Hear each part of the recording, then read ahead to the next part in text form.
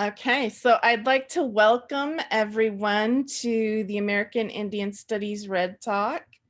This is our last Red Talk of the academic year, and we're very excited and pleased to have Dr. Billy Ray Belcourt, who of course is very well known as a Native poet and scholar.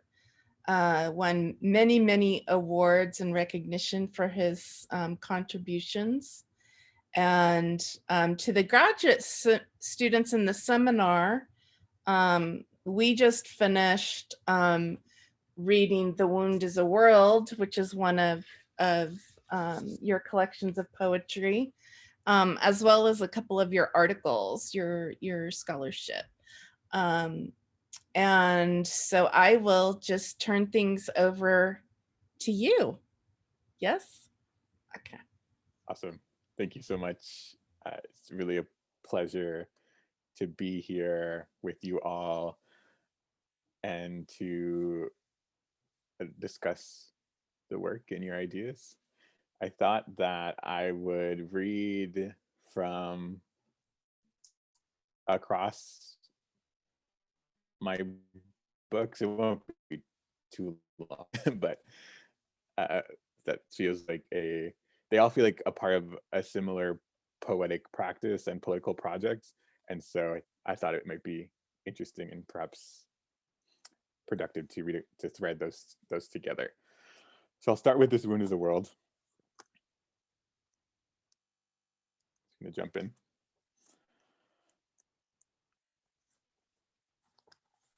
And of course, if you've read the work, you'll know the kinds of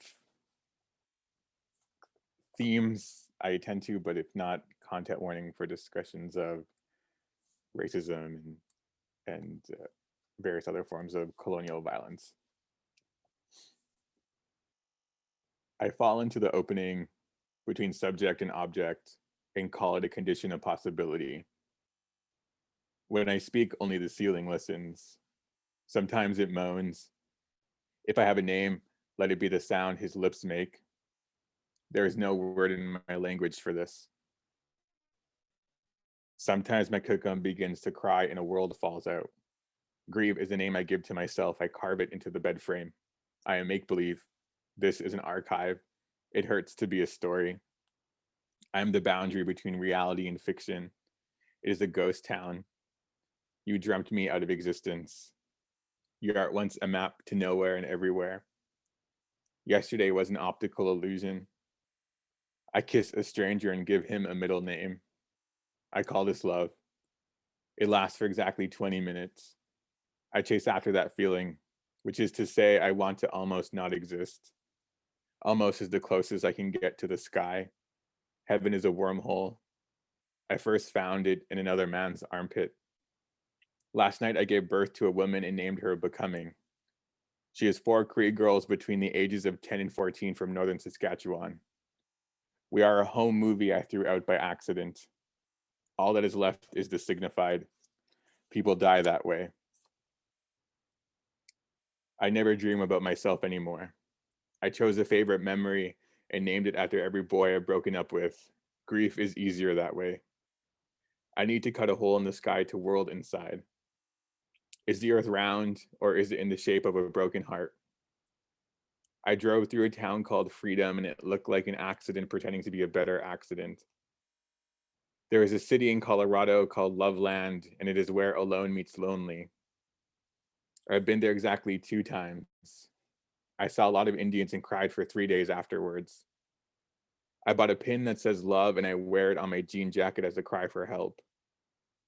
I asked all 908 of my Facebook friends to tell me they loved me, and they did, and I believed them.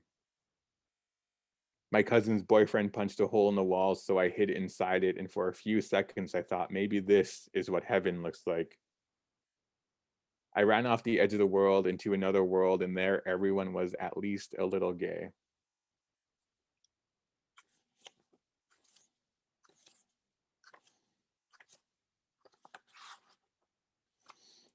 The creator is trans and the earth is a psychology experiment. to determine how quickly we mistake a body for anything but a crime scene, the product of older crime scenes. There is a heaven, and it is a place called gay. Gay as in let's hold up a world together. Gay as in happy to make something out of nothing and call it love, or anything that resembles a time in which you don't have to be those shitty versions of yourself to become who you are now. One day I will open up my body to free all of the people that caged inside me. I want to visit every Tim Hortons in Northern Alberta so that homophobes can tell me sad things like, I love you, your hair looks nice, you have nice cheekbones, until someone kills me. And then the creator will write my eulogy with phrases like, freedom is the length of a good rim job. And the most relatable thing about him was how often he cried watching wedding videos on YouTube. Homo nationalism, am I right? My grandma thought there was a portal to the other side in her basement, but it was all of the women she had ever met praying in a circle that she would give birth to a world without men, only women made from other women's heartbreak. Ode to Northern Alberta. Here, no one is birthed, only pieced together. I tire myself out pretending to have a body. Everyone worships feelings they don't have names for, but no one is talking about it. Love is a burning house we built from scratch. Love keeps us busy while the smoke clears. History lays itself bare at the side of the road, but no one is looking. History screams into the night, but it sounds too much like the wind. Cree girls gather in the bush and wait for the future. In the meantime, they fall in love with the trees and hear everything. In the 1950s, my not yet Mushum ran away from a residential school in Dusart, Alberta. As an adult, he kept coming back, despite knowing heaven is nowhere near here. You notice the regularity with which others avoid confrontation vis-a-vis racial oppression. This is how they think themselves outside of the world. You don't know what it is like to be in a body without it feeling like a death trap. At your desk, you watch a news clip of a truck running over Native protesters in Reno, Nevada. No one dies this time. The West is nothing if not a string of murders incriminated by a series of attempted murders.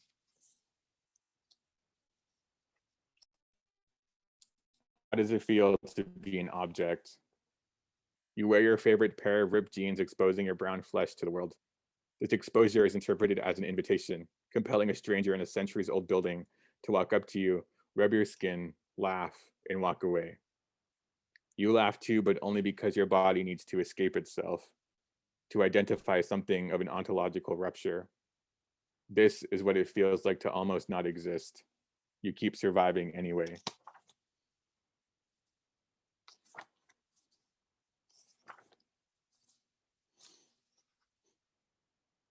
You want to capture the sense of a present that is not quite the present, a present that thickens in the underbelly of social reality.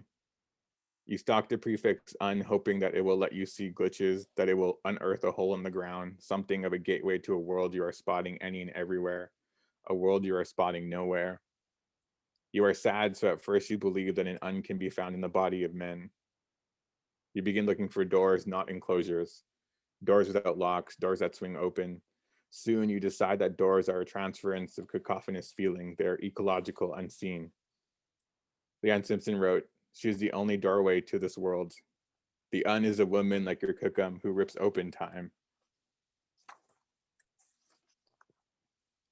Love is a moontime teaching. Is your cookum's crooked smile when you pick up the phone. Is another word for body. Body is another word for campfire smoke. Campfire smoke is the smell he leaves behind in your bed sheets after the breakup. The word for hate sex is forest. Forest sometimes means hope or lonely, depends on who you ask. Lonely is a movie called Taxis on Clo about white gay men who risk tiptoeing through desire's minefields for 10 minutes of something better than living.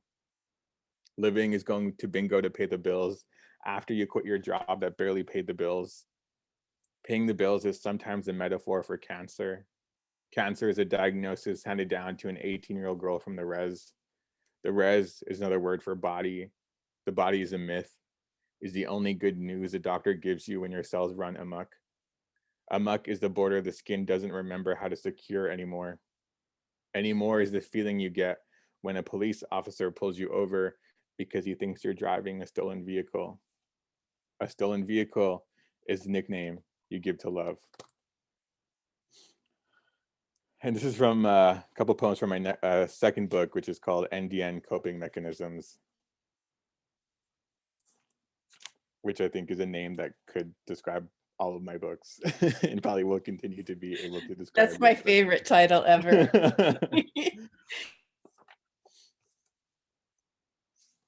What constitutes an NDN? A myth doused in midnight, a soul in the shape of a clenched fist. Concerning the collapse of organized human life, I demand my 2 cents be taken seriously. God sends his pale horsemen westward every fucking day. Canadian history, or how to wage war on an emotion. For a century, no one spoke of the extinction of joy. A village emptied of its children is a haunting. Every natural phenomenon becomes an elegiac gesture. Am I a war hero if I succumb to Mother Nature's fury and not to my captors? Poets pledge allegiance to a country I don't believe in. A country is how men hunt in the dark. A man I love but don't trust kisses me the way a soldier might press his face into the soil of his old country. I am a museum of modern misery he storms through, which is to say, the body signals a crisis of representation. The body is an archive when it heralds an indictment. My suffering will multiply. So what if in the end my living amounts to an evidentiary act? What I wanted was what I asked for. I saw my cookum for the first time in weeks. Miraculously, she is still alive. All morning, I picked bits and pieces of history from her hair. Loneliness finds me drunk in an old Billy Ray Belcourt poem. What's important is that wherever I am, my brother is perched on my right cheekbone. We are 24 and already too old for our own good. Last night felt like our last night. They always do. This is what makes night nightly in an amnestic nation against the literature of treason. Behind the wheel of a car without headlights, the night is a lukewarm mouth we sing into. In other words, where the heterogeneity of grief meets the singularity of death is the NDN experience. Today, the Ministry of Historical Ignorance didn't keep me and my brother safe. With its extra legal powers, the ministry brought us to our knees so as to clog our throats with polluted language. In defiance, we licked the walls dirty in a house of administered subjectivity. Don't blame us. Our last hope, a fever, is sunlight breaking apart inside the skull. The terrible beauty of the reserve after Sadia Hartman. Everyone's uncle thinks he's the world's most handsome Indian and no one says otherwise. Res dogs roam about without having to perform emotional labor for humans. They eat where they're welcomed, which is everywhere. Most who live here don't know they're in the ruins of a failed experiment of epic proportions. Teens blaze to feel the euphoria of being outside memory. We all bathe in the sociality of the hangover. It isn't that no one has time for themselves. It is that they're always playing cards or talking about Connor McDavid, a hockey player in Alberta, or carpooling to bingo, or babysitting their brother's kids. We all owe something to someone, so we congregate under the presumption of debt, and this is always already. We all joke about falling in love with our cousins, but we are all perpetually falling in love with our cousins in a platonic way because we grew up together and no one was alienated by the tyranny of the couple form. Vehicles pass through in droves, but no one looks, so we disappear, hands intertwined into the freedom of a shimmering anonymity. And this is my poem called Leonardo DiCaprio, about the film The Revenant. And whenever I read this poem, pre-pandemic, I would ask audiences to raise their hands if they've seen the film. And generally, about half have and half haven't. And I have not seen the film, but I have written a poem about it nonetheless. Yes, you can go to YouTube and watch just the I one watched the fight trailer. scene. Yeah, when he fights the bear. Yeah. Yeah. That's the object of this poem. Yeah. My ex-boyfriend got measurably more attractive, and all I got was a dad bod. Leonardo DiCaprio has a dad bod, and for whatever reason, that is reassuring to me. Leonardo DiCaprio finally won an Oscar for his lead role in The Revenant. Leonardo DiCaprio was almost killed by a bear in said movie, but alas, he wasn't. I've yet to see The Revenant, but only because there ain't nothing special about a settler who defies death while Indians drop like flies around him. Case in point, the Wikipedia page for The Revenant is organized into 10 sections, one of which is plot, the first line of which reads, and I quote, "In late 1823, Hugh Glass guides Andrew Henry's trappers through unorganized territory." Regardless of what Leonardo DiCaprio had to say at the Oscars about Indian resistance and climate change, white people see what they want. They feast on what's before them. Had this been a movie made by Indians, that bear would have killed Leonardo DiCaprio in the first 10 minutes. And for the next 2 hours and 26 minutes, because this movie runs 2 hours and 36 minutes, there would have been no footage, just the sounds of Indians organizing territory, whatever the fuck that means. I thought now I would read a couple new poems.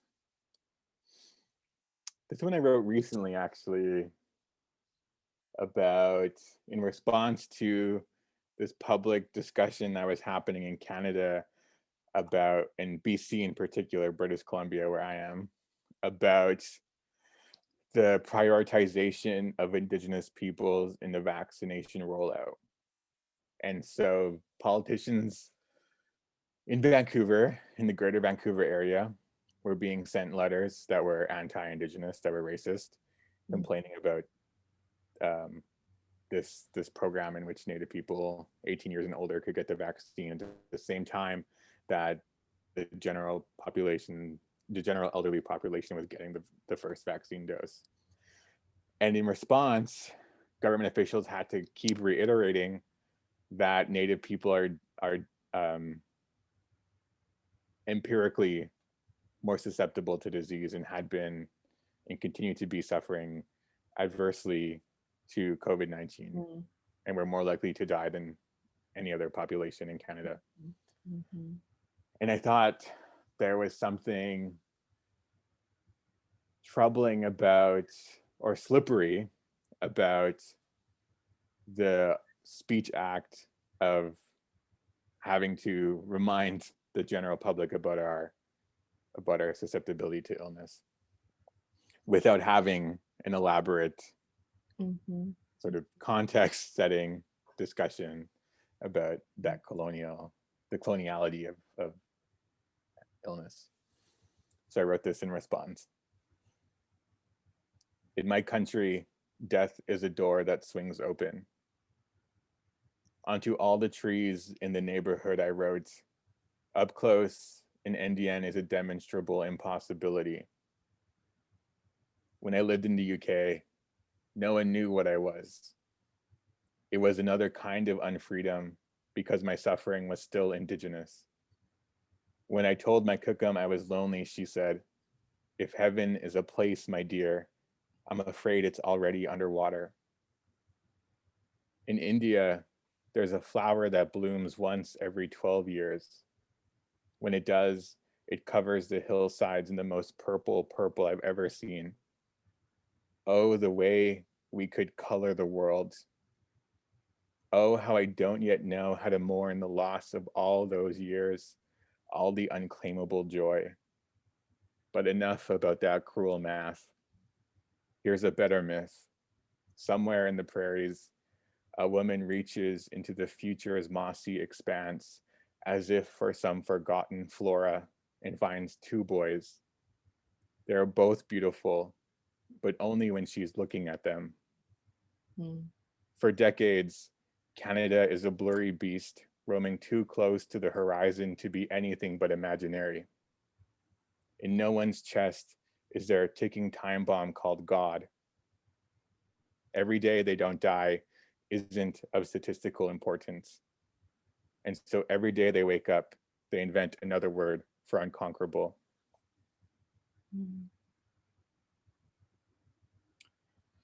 This is another poem I wrote recently that will probably sound familiar to those who have read This Wound is a World. Say utopia really is an impossible demand. Say utopia is what happens when no one is looking. Once, when asked to define love, I stacked 2 chairs together in the middle of a wheat field and I never felt more alive. If ever we aren't visible to each other, my lover said, just grab the wind by its wrists and count your blessings and maybe we'll end up somewhere. Last night, language was an empty bed I was too sad to lie down in. Memory was scattered among the dirty clothes. Turns out the body is more than I bargained for. Of course, I couldn't love him properly. I was as vast and as lonely as a country. It's simple algebra. It's a story you've already heard. An Indian and a white man don't revisit the past without setting something on fire.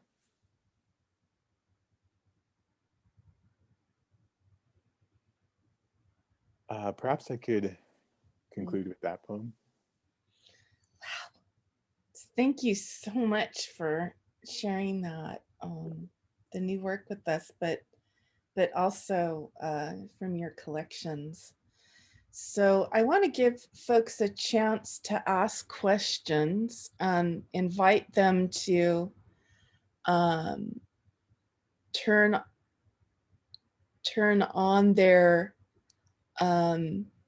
video and audio to participate in the Q&A. It looks like our student Joey Orozco has a question, so. Can you hear me? Yes. Excellent. Billy Ray, really appreciate your words, your delivery. And one of the images that really stuck out to me, I have the second part of it. I don't have the first part, is the sociology of a hangover. The sociality of the hangover. What was the first part of that? We all bathe. We all bathe. Yes. That's fantastic. Could you expound on your interpretation, please? Yeah, so when I was working on that poem, which is called The Terrible Beauty of the Reserve, I was trying to make use of the really cogent and genius optic that Saidiya Hartman uses in her essay, The Terrible Beauty of the Slum, where she tries to see through the mess of whatever anthropologists, ethnographers, etc. saw in the slums in the early 20th century. So she's saying, what if I operationalized an interpretive lens that could find joy and rebelliousness in this context that is so overdetermined by anti-Blackness, racial capitalism, etc.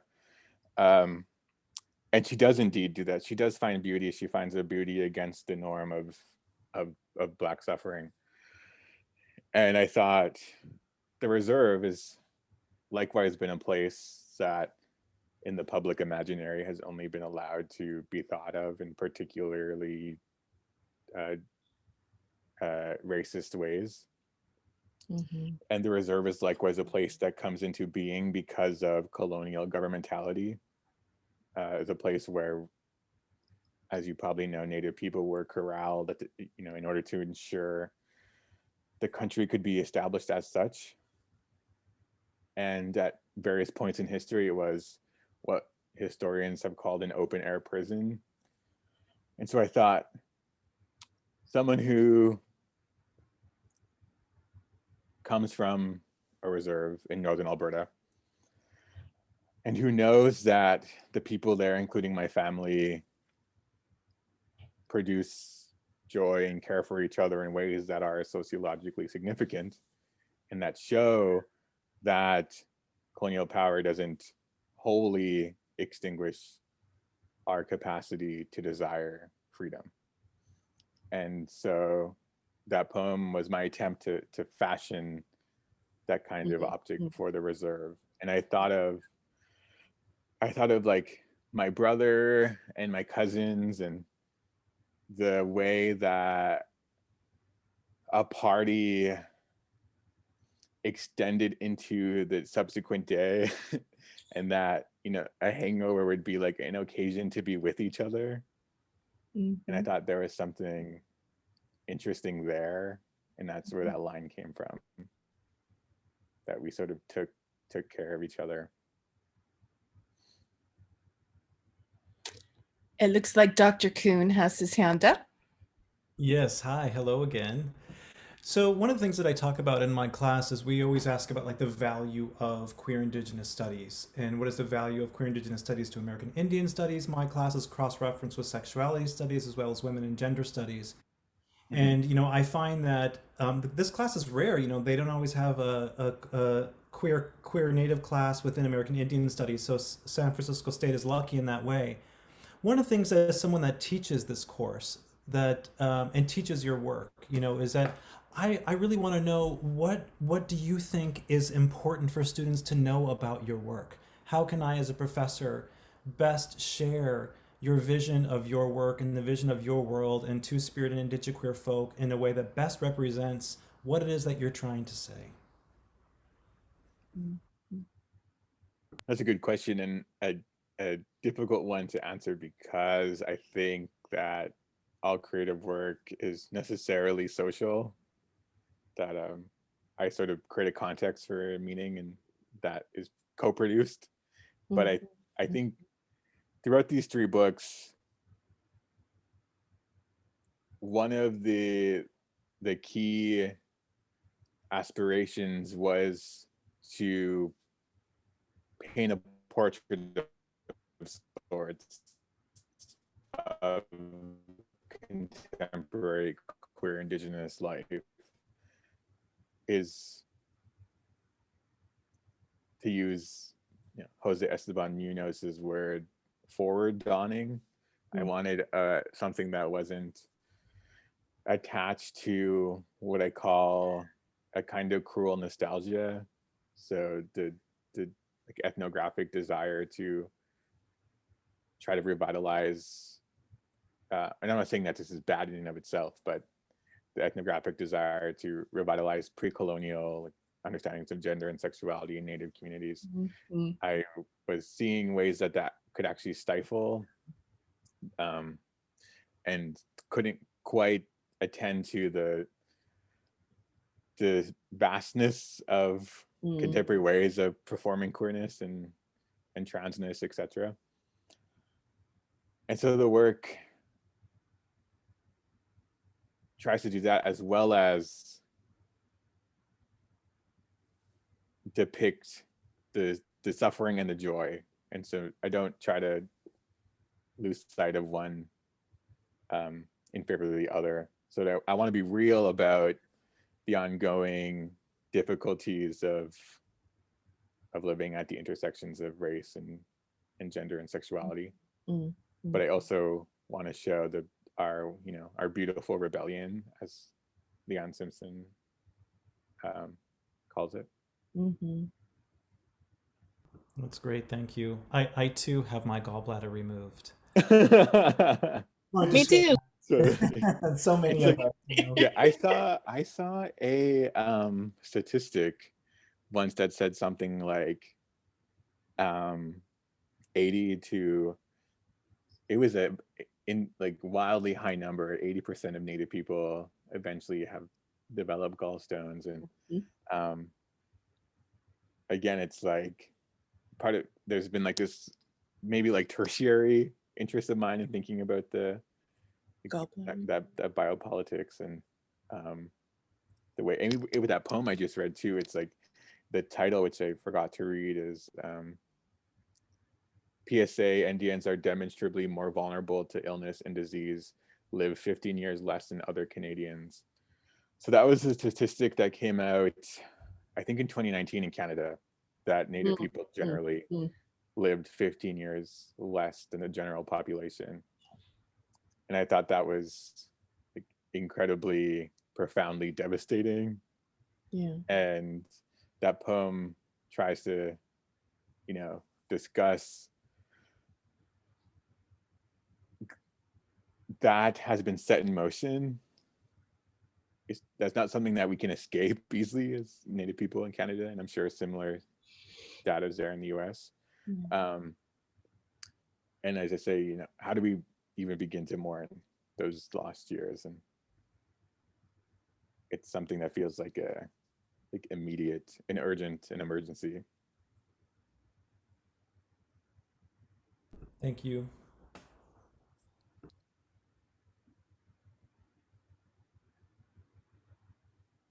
Other questions? Cheyenne. Hi. Hello. So one thing that stood out to me that I kind of connected with was in the first batch of readings, I had heard the line presence, like trying to get a presence, but not quite present. Mm-hmm. And that was just something that really stood out to me. I've been noticing a lot with just the academic reading and this idea of creating a space or being in a very specific space, but not an exact location or a time, but creating that space. So just kind of connecting on that, personally and within my reading, I just really like that. So. Yeah, thank you. I'm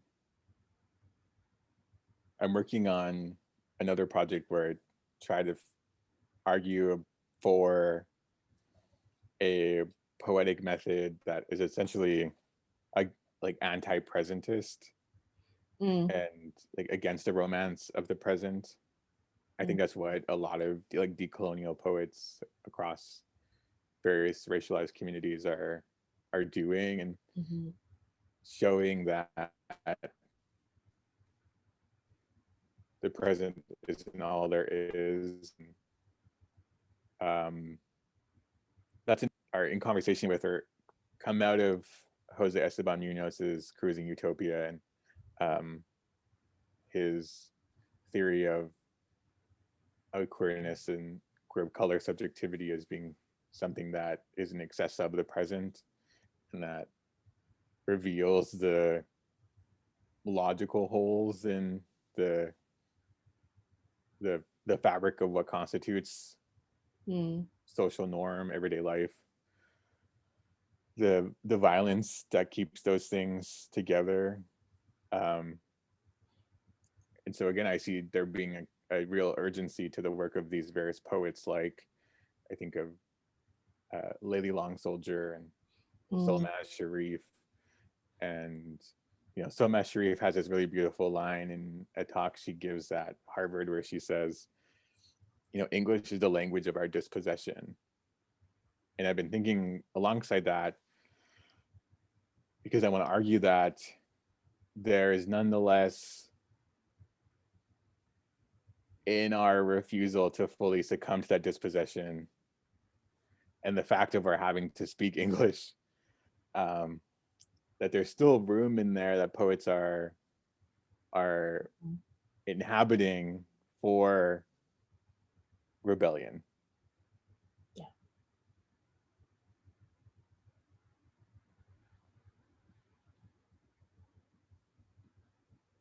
Let me go to gallery. Other questions? Pilar? Hi, Billy. Hi.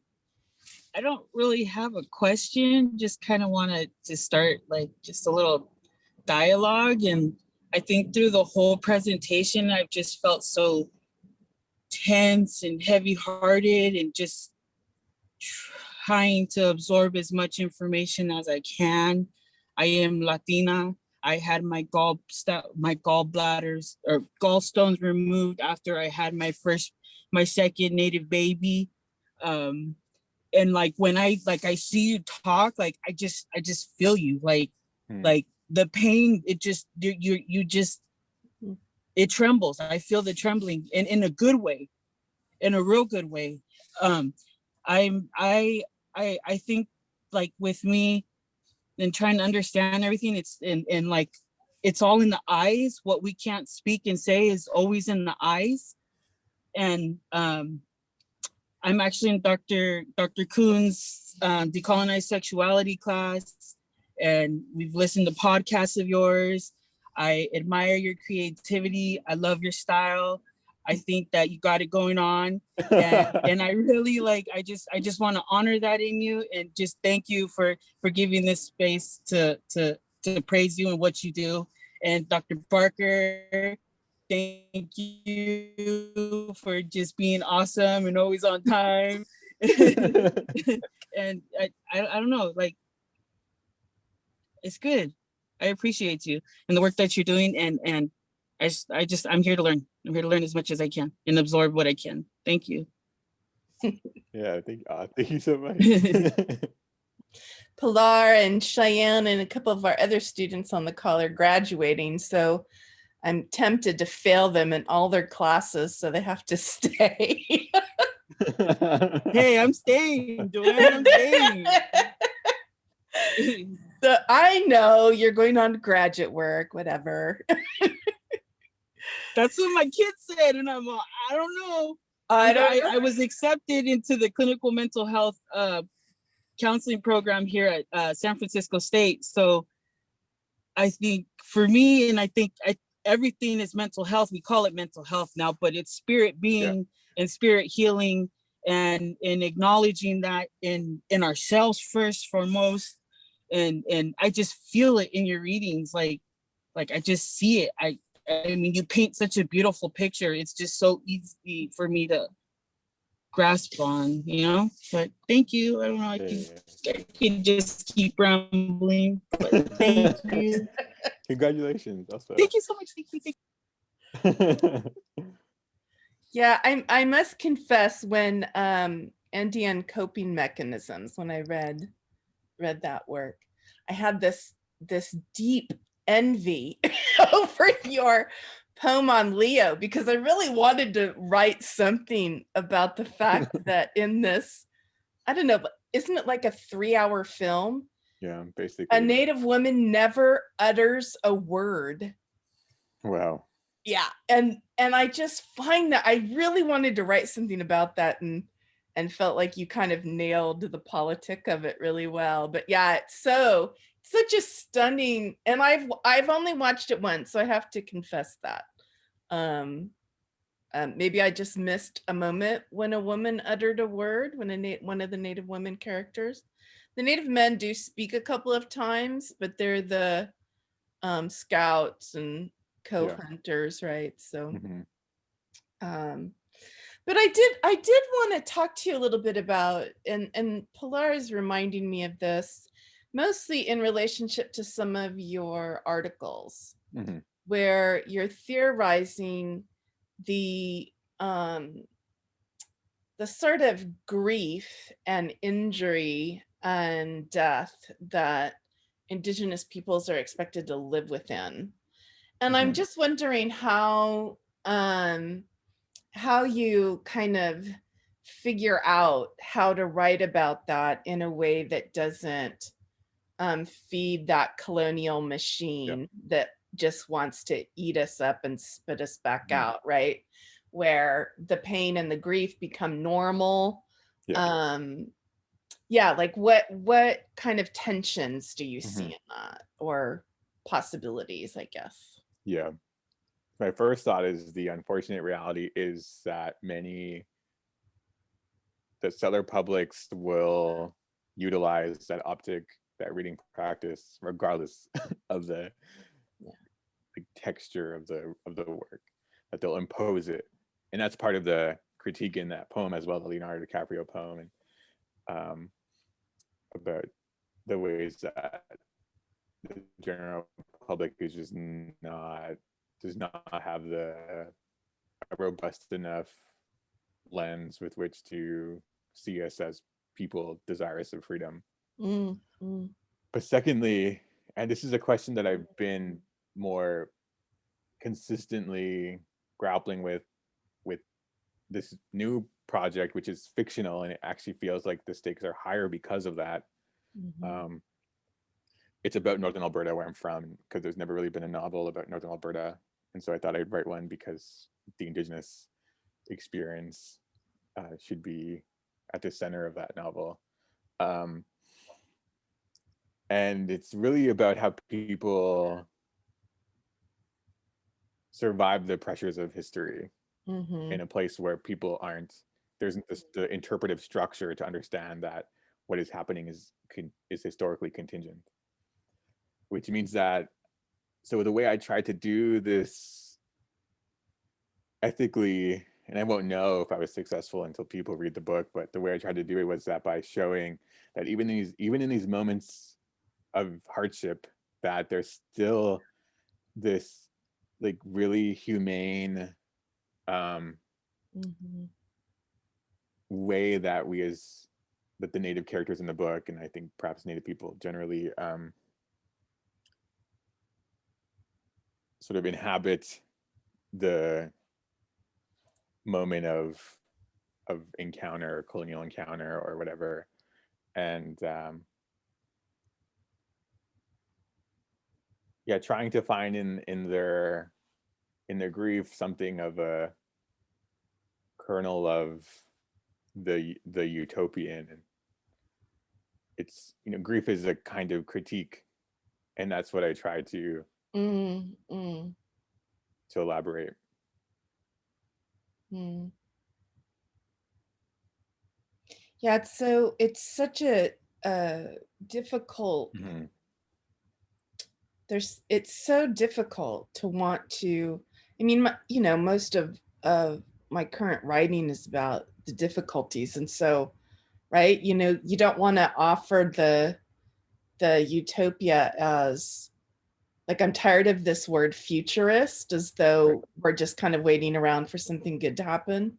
Yeah. Um, and I hate quoting, is it memes or memes or whatever on Facebook, but there's one with a quote about, it's not just intergenerational trauma, it's also intergenerational strength and freedom. And I found that kind of an interesting thing to think about, that grief as a critique of colonialism is, I think, a really nice way, a powerful way of addressing it. Yeah. Yeah, because I think I can think of various kinds of media where I think the risk is high. There's a poem in NDN Coping Mechanisms about that begins with the discussion of Jeff Barnaby's Mhm. first film, Rhymes for Young Ghouls, because when I watched it, I wondered about what kind of work the depictions of Indigenous suffering would do. Mhm. And I thought, well, if I were to create a film, that I would want to create one in which, a Cree girl, in my case, so that would be it was Anna, Mohawk, I believe, a Mhm. Mohawk girl who's the protagonist of that film. A Cree girl would be, would be the I say like cartographer of the world in which she lives, and but this is just to reiterate that it's difficult. And Yeah. I actually saw that movie and like I was just so like turned by it. Like I'd never seen like any Native movie like that, or even Native directed, Right. And in that Yeah. movie, it kind of took a twist into like they were these different beings, like these like like different something, and like would if you were to produce a movie, would your movie be dark like that? Like I'm just trying to figure out what like what color schemes would you use? Like Yeah. yeah. I really want to write a like queer Indigenous love story in which the characters stay together. I don't know if that exists. That would be awesome. And I think that would be a very like beautiful, like bright film. Yeah, absolutely. I've always joked that I want to write a TV series called Sex on the Res instead of Sex. Right. I know that there's a crew of queer and trans Native people in Canada working on a series right now with APTN, which is the Aboriginal People's Television Network. Mm-hmm. So I think that'll be exciting. I don't know when it will, be on the air, but I believe it's like greenlit and all that, and they're writing the script right now. Very fun. That I would love that. Yeah. Any other questions or comments? Musings? Thoughts? Well, I'll share one additional thing that I sort of think about in terms of one of the things that I feel sort of somewhat envious of from like the colonized perspective of the U.S. is like looking at what's happening in the colonized nation of Canada around the content that's being produced. Your poetry and other authors who are writing about two-spirit musicians, two-spirit films. Right. We sort of seem like we had like a brief period in the early 2010s in the US where like some academic, very heady things came out. Yeah. And there are some independent artists in the US who are doing that work. And so I've always been sort of interested around, all right, what work do we need to continue to do here in this colonized land to get these Native queer stories told? Right. Whether that be, on our campuses, on our reservations, even in our theaters, in our films, like what is it that we're not we're both facing colonial change, right? And art is being produced here, and where is this art here in the U.S. in this way that we're somewhat forced in this traditional way that like, we've got great bead workers and we've got this revitalization of powwow, which I'm so proud to be a part of as well. And I'm so interested in the stories. Like I love the way you write about the body, and the way in which you talk about the body as like such an important piece to your work. And so I'm just, wanting to make a statement more around how we in these lands that we're living in can continue to help support the voices of other Indigenous queer two-spirit artists to have these ideas, which are, like your love story idea. My gosh, that's needed. I wish I would have. I wish I'd have that in my 40s. Like if we have these stories that are about survival and love and joy. I mean, I feel like that's where we also need to tell those stories. Our youth need to hear those stories. Our elders that have survived need to hear those stories as well. That we have this capacity for healing and for joy and for celebration. Yeah. That's it. Various things come to mind. I think of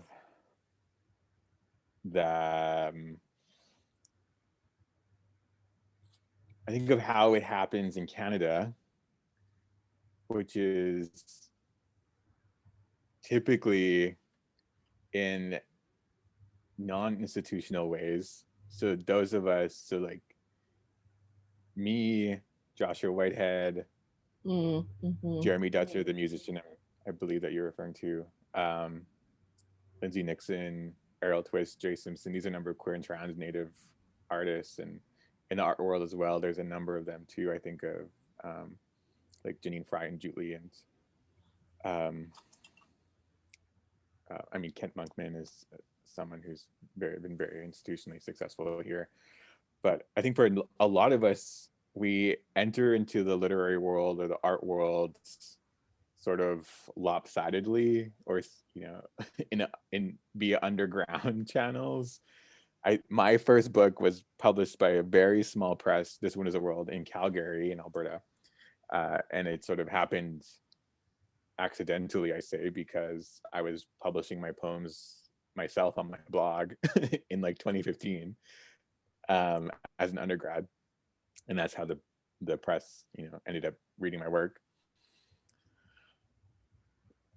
A lot of us, I think all of us, the contemporary Native, queer, and trans writers right now begin at independent houses, very small independent houses, and eventually move up, because there is this desire for and demand for this work from both Indigenous and non-Indigenous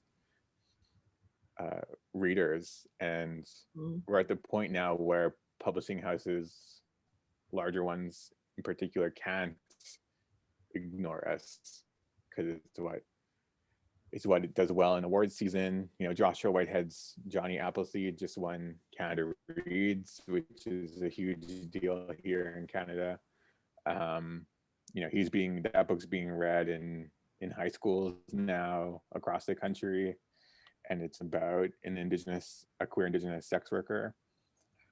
So it's a big deal that this institutional shift is happening here, and that is the work, I think, of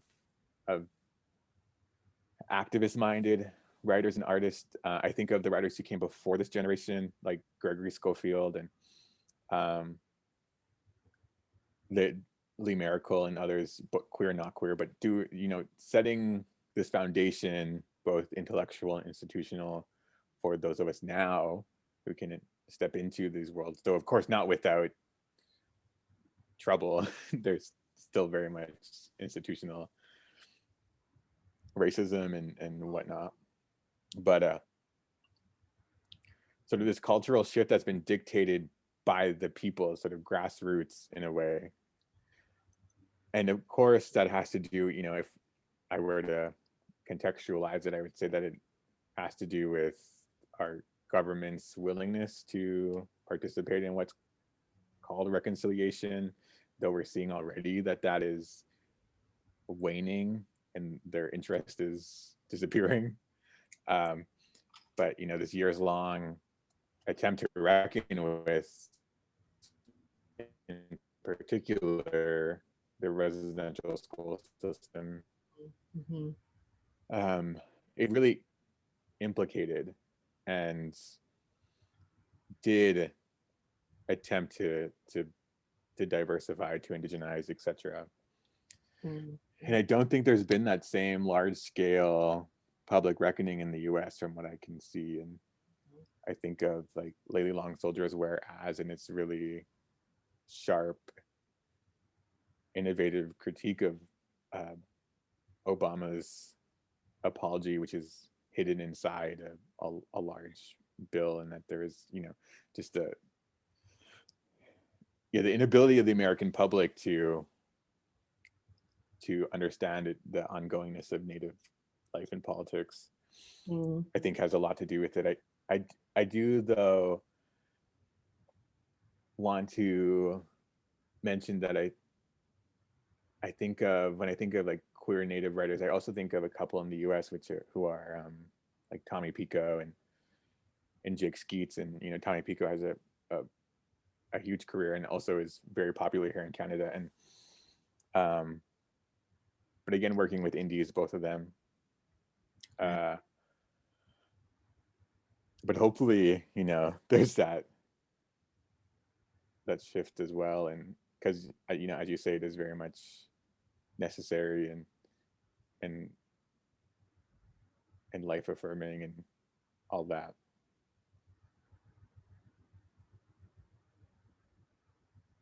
Yeah, I think there's been there's a huge difference in terms of the arts, broadly speaking. So visual art and music and poetry and novels and film, because there's the institutional support in Canada is so different than here in the US. So not in terms of perhaps the number of Indigenous people, but in terms of availability, right? The government sets aside a lot more money. Yeah. There's a lot more public funds available in Canada than in the US. So I think that also makes a big difference. Yeah. But like you said, even then, a lot of artists choose to work with independent publishers. So it impacts distribution and Yeah. definitely. Like part of why the This One Is a World, why it was picked up by University of Minnesota Press was because it wasn't being distributed into the US because the press didn't have the capacity to do that. And that's likely the case with other native books. Yeah. Yeah.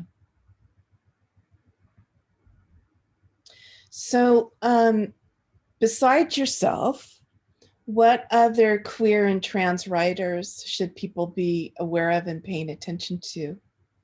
Yeah, maybe I'll just type some in the chat. Oh, so that the names are there. Many of which I mentioned already.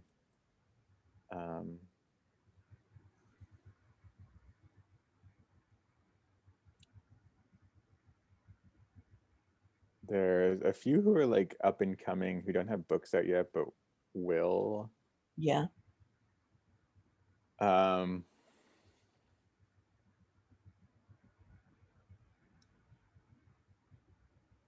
Yeah, these are the ones with like published works. There's a lot who haven't yet published. But again, my third book is nonfiction, and I sometimes get asked, like, why did you write a memoir at 25? Yeah. I was like, well, the body of queer Indigenous writing is still so relatively small, even with thinking continentally or across the US and Canada. Yeah. I was just thinking of them as what is his name? There we go.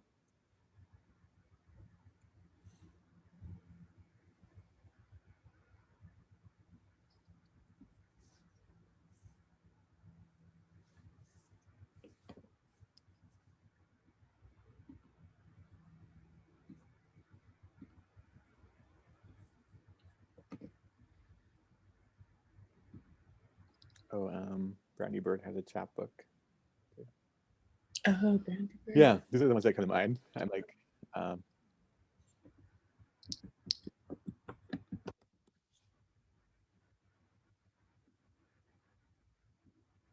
Yeah, especially for our students who might not know of all the authors and yeah, are beginning to do their work, their research. And generally, I mean, where do you see trans and queer writing at or moving? What directions do you see it moving right now? yeah.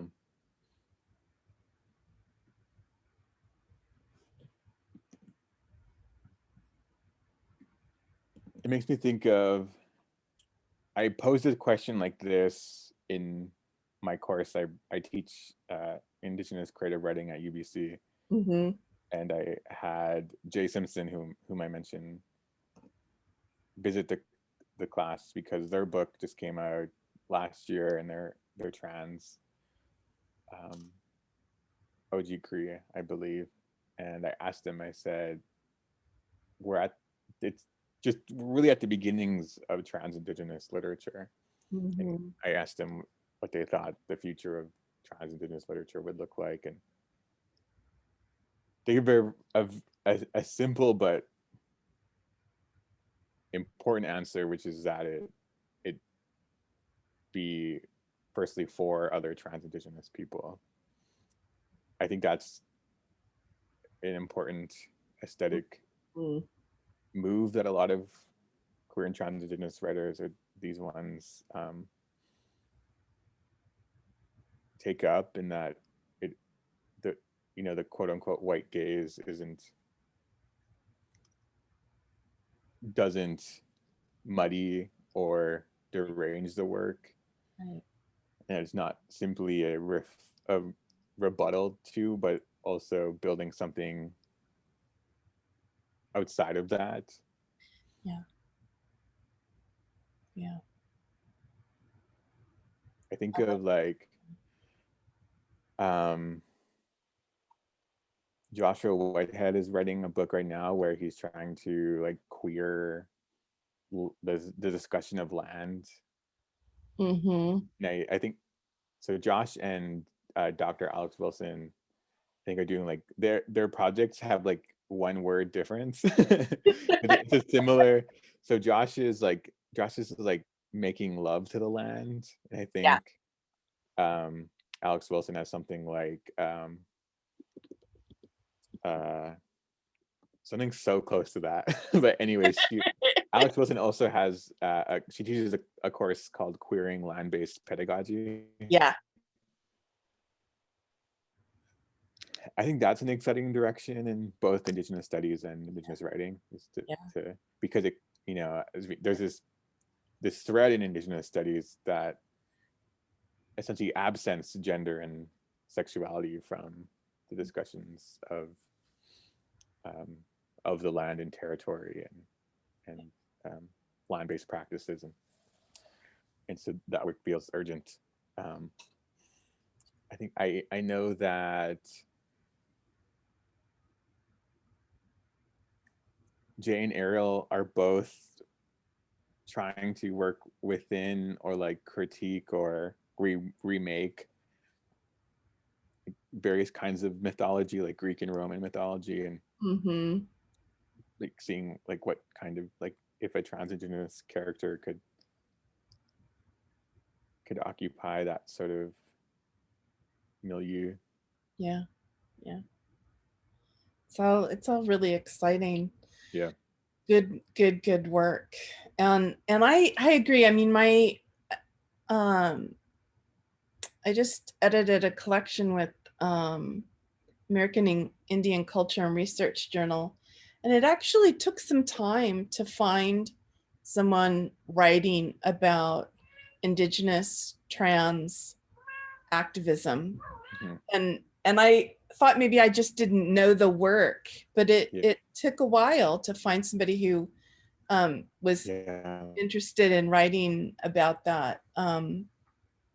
And their sort of response to me was, yeah, it's because so much of our work is about taking care of each other. Yeah. So, you know, we don't spend a lot of time writing about it for other people, because the care work is so real. And I thought that was really interesting. Yeah, I think of like Kalani Young. Yeah. And also I can't remember her last name, but Margot at Columbia. Oh, I think. But yeah, there's really so few. Yeah. Well, I want to just give a call out to everyone. One more round of, if anyone has a question.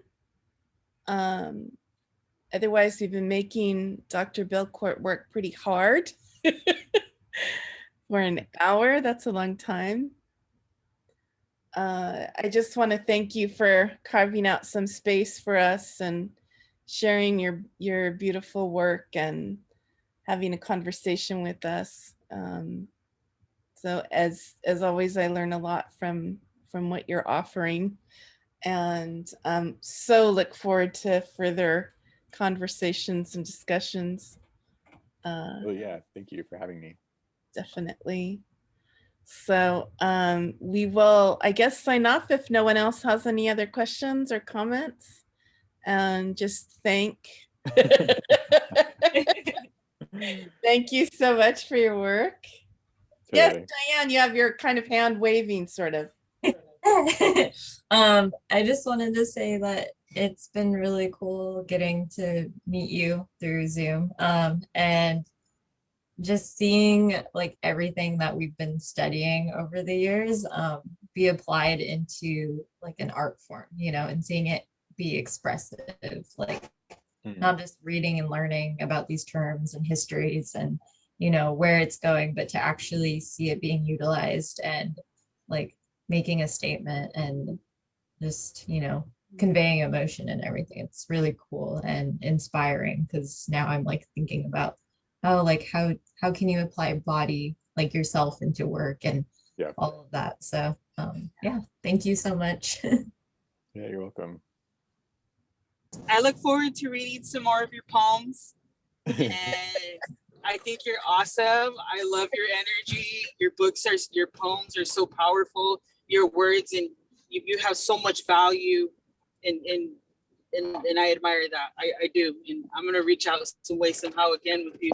I'm about to hit the freeway, and I'm that kind of driver. But thank you, and have a blessed day. Thank you so much. Please don't Bye. drive. Drive safe to lie. Okay, so we will talk soon. And Yes. Thank you so much. Hey, goodbye. Goodbye, everyone. Good night. Have